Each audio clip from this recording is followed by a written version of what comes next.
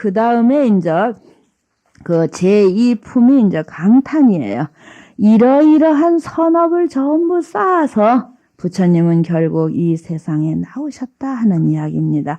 오늘날 우리 스님들께서 부처님이 그냥 서가모니로 그냥 오신 것이 아니다. 수없는 생의 본생담이라는 건 수없는 공덕, 일체 선법을 닦아서 일체 선행을 다 완성해서 부처님과 같이 태어나셔서 그분의 45년, 80평생의 팔자치가 오늘날 우리에게까지 감동을 주고 있다.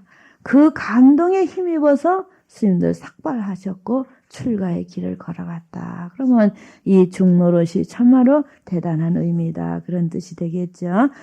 그 다음에 이 32페이지 두 번째가 인간 세계로 오시다. 같이 읽으실까요? 부처님의 오심, 그것은 결박된 이슬 사슬에서 풀려나고 지옥의 문 활짝 열림이었다. 네. 스님들이 지루하실까봐 같이 읽는 부분은 그렇게 같이 읽어주시면 좋겠죠. 그 부분은 이제 읽으시고, 그 부처님 천상천하 가르치고 계시는 그 페이지 작은 글자를 같이 읽을까요?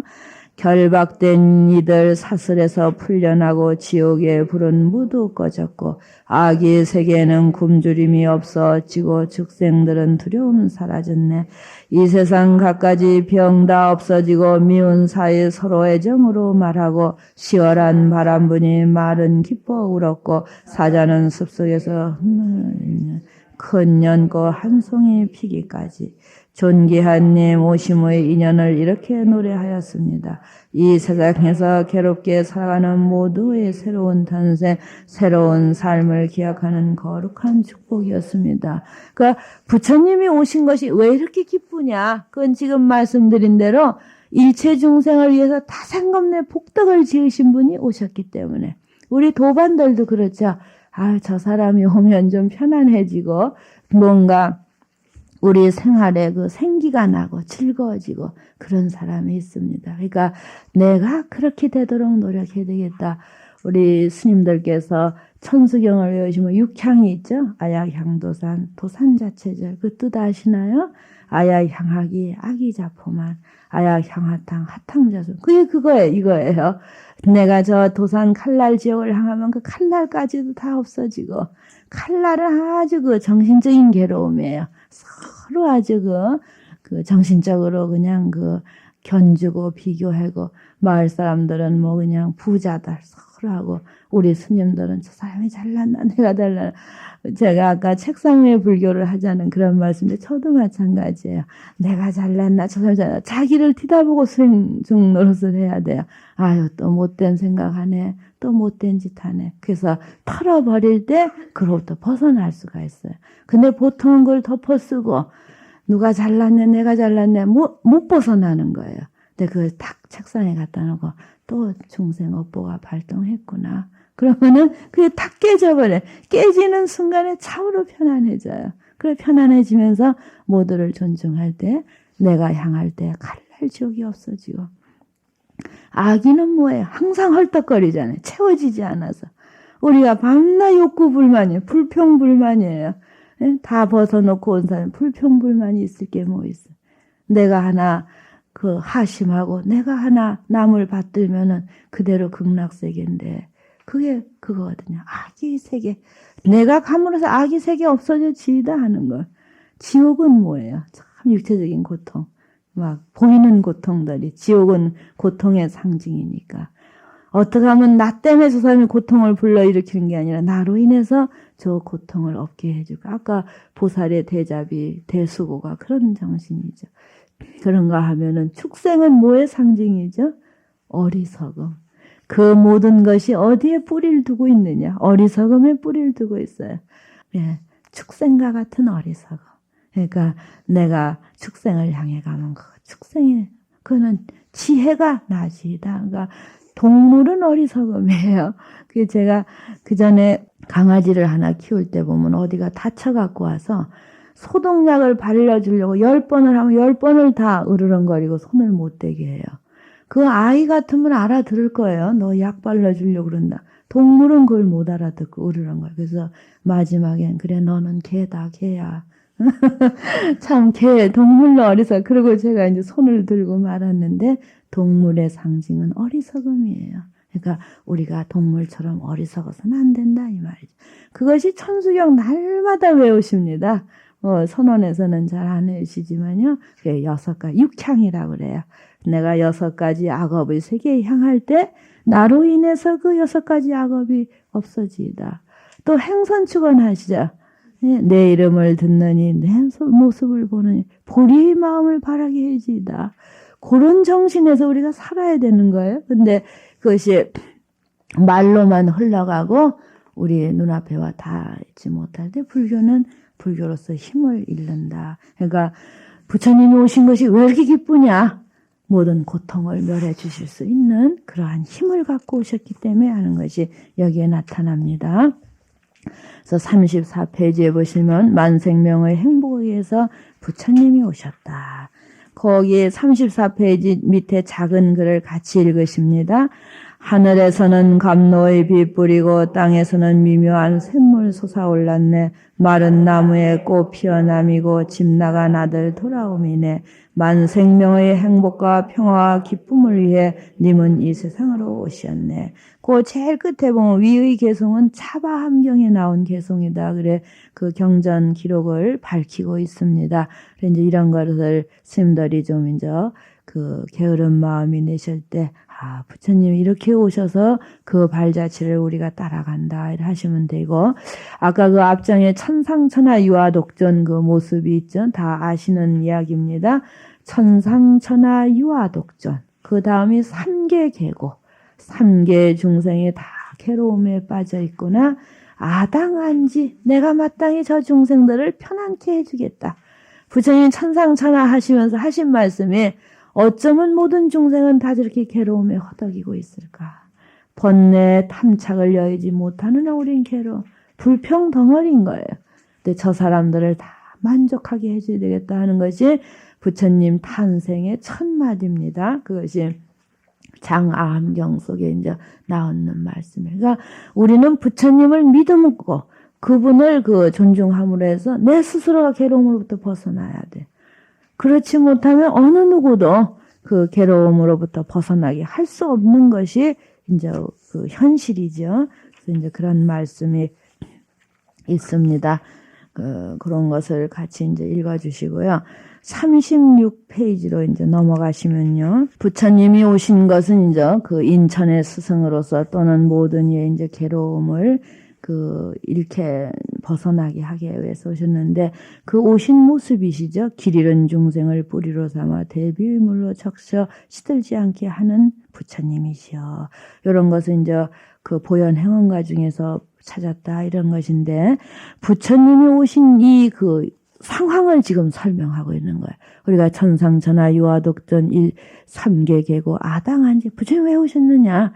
우리가 이제 4월 초파일이 또 앞으로 다가오면 부처님 오신 날을 이제 봉축을 하는데 왜 오늘 이 시대에 부처님이 필요하냐? 이런 걸 물어요. 또 우리도 그 인지를 하고 있어야 돼. 뭐 하느님, 예수님만 해도 다 세상이 돌아가고 또 성형군자 이야기만 해도 다 세상이 돌아가는데 왜 유독 부처님이 오신 것을 이렇게 찬탄하지 않을 수 없느냐? 부처님 왜 오셨느냐? 이런 그 상황이에요. 여기에서 천상천하 유화독전이라는 것이 그 아가 부처님 자신을 가르친과 동시에 일체 중생의 계하를 가르친 거다. 그렇게 공부하셨죠. 네. 왜 오늘날 21세기에 왜 부처님이 오시지 않았으면 안 됐느냐? 그리고 왜 부처님의 말씀이 앞으로 전개되지 않으면 안 됐느냐. 여기 아주 절대절명의 명제가 뭐냐 하면은 천상천하 유화독존에 있어요. 그건 무슨 뜻이냐 하면요. 모든 이제 역사가 나이 세상 뭐 경제 정치가 전부 지금 전개돼 가잖아요. 이건 아주 단적인 저희가 시간을 거의 지금 갖고 있지 못하기 때문에 단적인 말씀을 왜 부처님이 이 세상에 오시지 않았으면 안 되었느냐 하는 거. 그것이 천상천하 유화독존에 들어있다. 그 아에 있다. 그 아가 무엇이냐? 부처님을 위시한 일체 중생을 다 포괄하나다. 참 존귀하다. 어느 기독교니 다른 종교니 다 봐도 절대 유의신을 존중하라 그랬지. 계하의 가치를 논한 거는 불교뿐이에요. 그러면 21세기 지금 이 시대 혼탁을 말킬 힘은 어디에 있느냐? 절대자 유일신에 있는 것도 아니고 부처님께 있는 것도 아니고 어디에 있어요? 중생의 마음에 있는 거예요. 응? 중생이 업의 제업을 원으로 바꾸지 않는 한 이 세상의 혼탁함이 말켜지지 않는다. 이 진리의 근원을 지적한 것은 부처님밖에 없어요. 이건 우리 스님들이 자신 있게 말씀하시되 다 절대자를 존중해라. 뭐 나를 따르라 했지. 부처님 서가모니 부처님대로 유아독존 너 하나를 책임져라. 중생이 자기 하나를 책임지면 다른 건 논할 것이 없다. 그래서 제가 저쪽 다른 나라에 가서 한 1년 있다 오면서 거기 젊은이들하고 무슨 이야기를 했느냐면 너희들은 서양 역사가 신의 역사다. 신의 의지에 의해서 전개된다 하지만 그건 거짓말이다. 모든 정치, 역사, 경제를 다 인간이 뭉쳐갖고 자기나 편한 대로 하지 않았느냐. 그것이 인간의 역사지 어떻게 신의 역사냐. 아주 깨놓고 이야기를 해. 그런 젊은이들은 그걸 굉장히 정말 인간의 역사다. 그럼 그 인간이 바로 서지 않는 한 그 역사는 바로 서지 않는 앞으로도 신의 역사가 전개되는 것이 아니라 인간의 역사가 전개될 것이다. 그래서 그 인간 하나하나를 논한 것이 불교다 이 말이에요. 그 인간 하나하나를 책임지라 한 것이 천상천하 유화독존이다. 참으로 편안해지려면 하나하나가 자기 책임, 자기를 밝히지 않으면. 그래서 21세기는 치유할 방법이 없어요. 하느님도 보이지 않고 하느님을 그만큼 찾아서 이 세상에 맑아졌으면 옛날에 밝아졌죠. 근데 사람이 자기 마음은 다스리지 않았어. 전부 자기 마음을 놓고 제업으로만 흘렀거든요. 그것을 이제 부처님이 오신 것은 다시 3000년 전에 귀를 기울여야 된다. 그 말씀이 뭐냐? 천상천하 유화독존이라는 말씀이에요.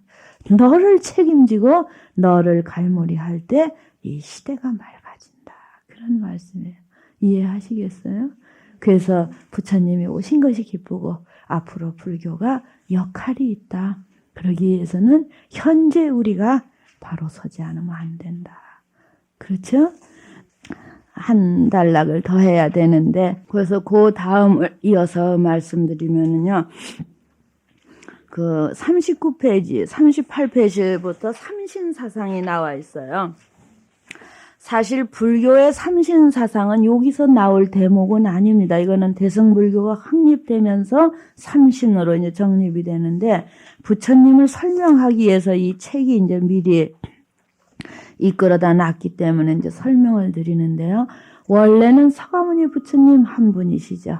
그 한 분이 80평생을 사시고 떠나시면서 그 열애를 보는 자는 법을 본다. 법을 보는 자는 열애를 본다 해서 마지막 그 바카리 비구에게 그 말씀을 합니다.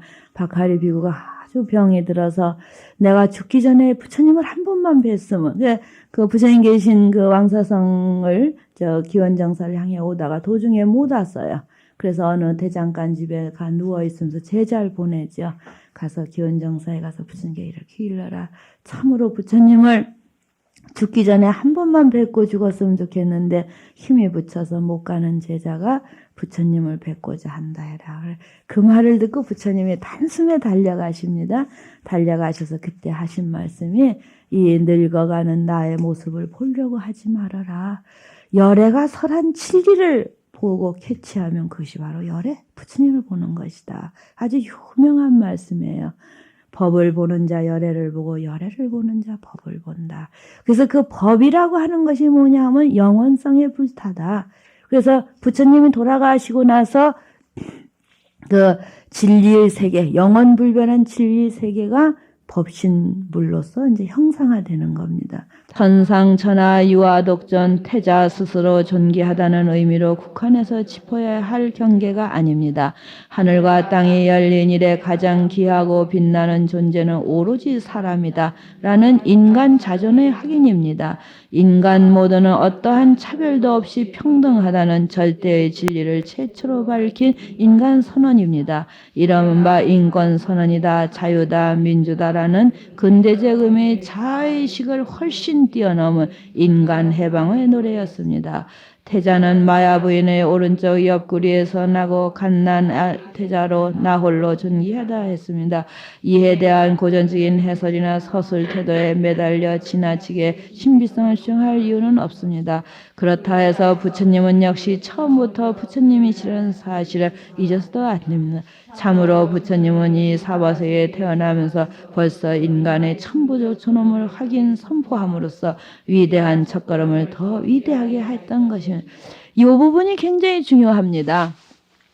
그 마야 부인의 우협으로 태어나셨다는 이런 설화는 바라문 찰제리, 인도 사성계급 중에 바라문은 그 제석천의 입으로 태어나고 찰제리 왕족은 옆으로 나고 그 밑에 슈타는 뭐 배꼽으로 나고 제일 밑에 그 밑에 수다라는 발 밑에서 난다. 이런 것도 이제 그 영향을 줬겠지만 하는 거죠. 또한 동시에 부처님은 정말 신비한 탄생을 그 기독교인들은 뭐 그 말우리간에서 나서 막 그걸 신비하게 하거든요. 우리는 부처님의 신성을 너무 그냥 인간화해버리면 그런 것도 좀 문제가 있지 않아요. 이야기고 그 위에 사람에서는 인간 해방 이런 건 굉장히 지금 제가 말씀드리는 중요한 대목입니다. 그래서 참으로 한 인간이 존귀하고 현실 세계에 봤을 때 한 인간이 바로 서지 않으면 아무도 그 시대를 옳게 이끌 수 없다는 그러한 것이 그 천상천하 태어나면서 전부 확인되어진 부분이니까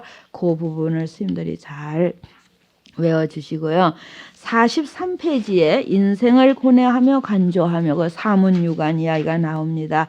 사문유관 이야기인데 많이 아시는데요. 모진 생존 경쟁을 목격하면서 남의 고통을 보고 함께 괴로워하는 것은 너와 나의 본래 마음입니다. 문을 나선 어린 태자는 밭 일고는 농부, 꿈틀거리는 벌레, 동강난 벌레를 쪼아가는 새를 보는 순간 큰 충격을 받으며 괴로워합니다.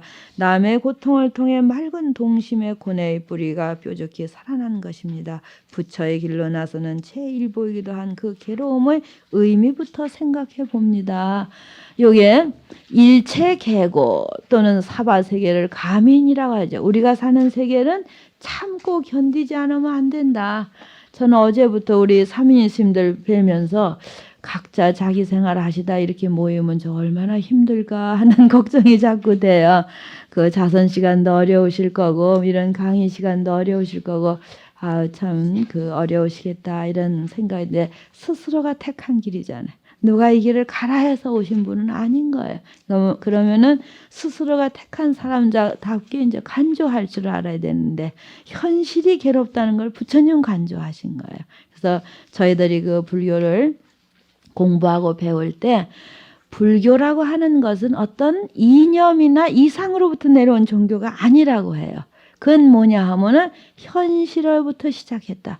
그 현실에서부터 시작했다는 것이 뭐냐 하면 모든 생명은 괴로움에 직면해 있다.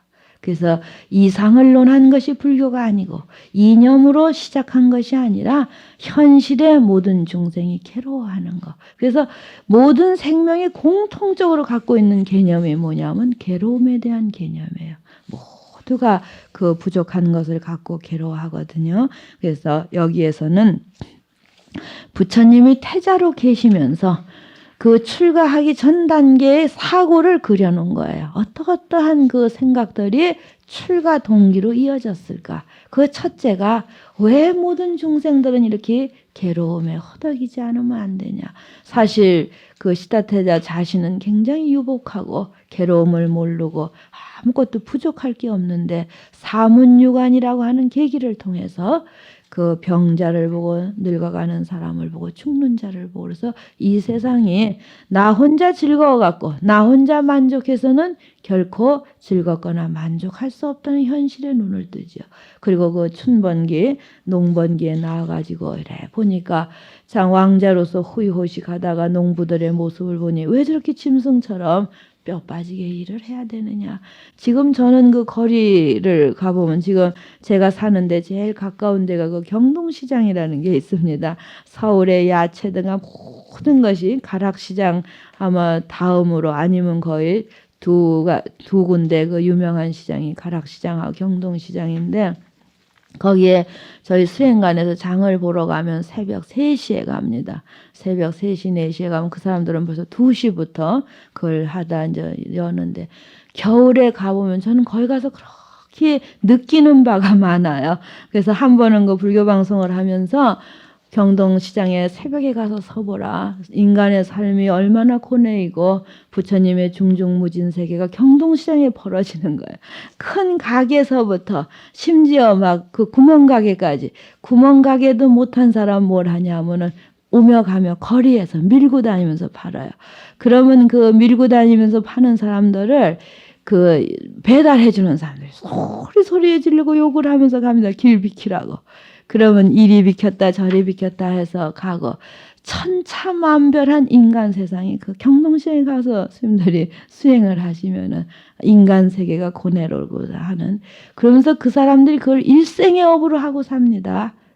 몇 년 하다 우리 스님들 뭐 좀 하시다 휙 던지고 어디 가시지만 그 사람들은 떠날 수가 없어요. 그게 본업이기 때문에 일생을 거기를 지키다가, 더 그 안타까운 일은 저희가 계속 그 과일을 그 주문하던 과일 가게가 있었어요.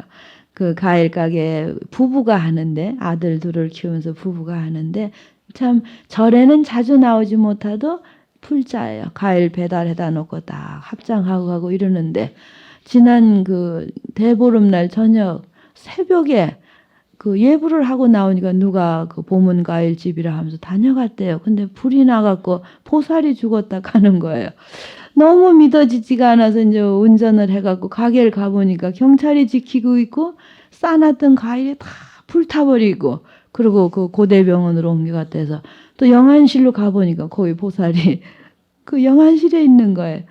엊그제 일이에요. 너무너무 허무한데, 그 남편이 이제 그 병원에 가면은 과일이 기본으로 보잘것없는 초라한 과일이, 평생 그 과일 장사하다 죽은 보살한테 너무 안 어울릴 만큼 초라한 과일이 오니까 이 거사가 그 과일 사과를 잡아갖고 문댔다 가슴에 품었다 옆집에 던졌다, 어떻게 할 줄을 모르고 있어요. 쫓아가니까. 그래서 그때는 뭐 연불이고 뭐고 다 필요가 없어요. 얼마나 안타까워하는지. 그래서 제가 그 뭐 집채만한 거사를 제가 꽉 누르고 등을 안정을 시켜야 되겠어 등을 뜯어주니까 하는 이제 그 사과를 막 넣었다 뺐다 하던 사과를 제사상에 도로 이렇게 놓더라고 하면서, 스님 30분 만에 자기 여자가 갔다는 거예요.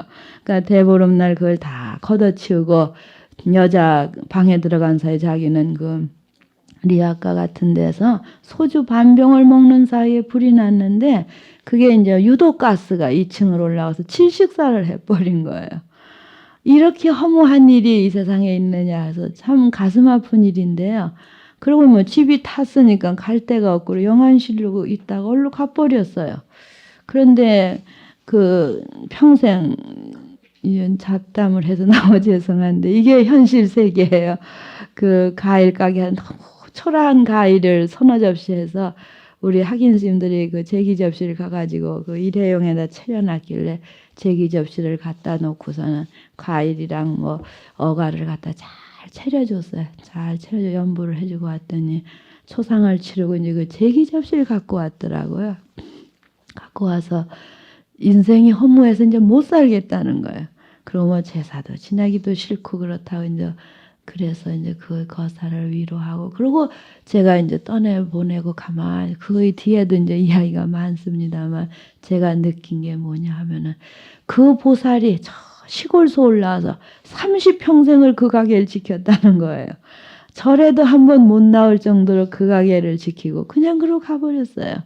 그러니까 이 일반인들의 삶이라는 것이 사무실 한 칸, 뭐 그 가게 한 칸, 그걸 지키면 평생 업으로 거기를 못 떠나요. 모든 게 얽매임이에요. 모든 게. 그러니까 우리 출가자는 그러한 얽매임으로부터 1차 해탈한 사람들이거든요. 근데 이 1차 해탈한 사람들이 책임이 막중한 거예요. 어떻게 하면 해탈한 그 해탈 열반의 경지를 그 얽매여서 벗어나지 못하는 그 사람들은 뭐 다 나오라 해서도 될 일도 아니고 다 나오지도 않고 그 사람들에게 신선한 법을 전할 수 있는 수행자로서 책임을 져야 되거든요. 그래서 일평생을 그 과일 가게 지키다 그냥 갚버린 거예요. 그래서 그 경동시장에 가면 그러한 세계 참으로 그 현실은 고라는 거. 그러니까 부처님이 사문유관을 통해서 저 같은 사람은 경동시장에 가서 삶이 괴롭구나. 특히 겨울은 더하죠.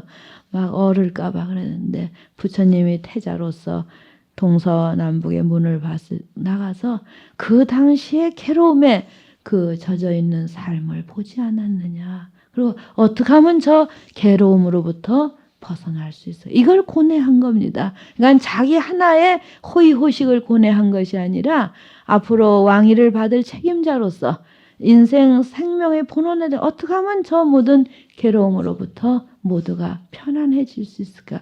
이것을 부처님이 그 고뇌하지 않으셨느냐. 그래서 현실은 고다. 불교는 결코 이상이나 어떤 상념에서 시작된 종교가 아니다. 그렇기 때문에 우리 스님들도 현실을 직시하셔야 됩니다. 그 부처님 명호 중에 그 세간해라는 게 있죠. 세간을 완전히 알아야 세간을 그 제도를 할 수 있지. 세간을 모르고 세간을 등져서는 열애의 자격이 없다 하는 것이 그 세간의 이야기에 나옵니다. 그래서 그 나머지는 지금 시간이 돼서 제가 여기서 줄이겠습니다만 그 57페이지 전까지가 제가 오늘 아침에 기획한 것이니까 선생님들께서 다 읽으시고 제 이야기를 다시 한번 정리하셔서 오후 시간에 다시 뵙도록 하겠습니다.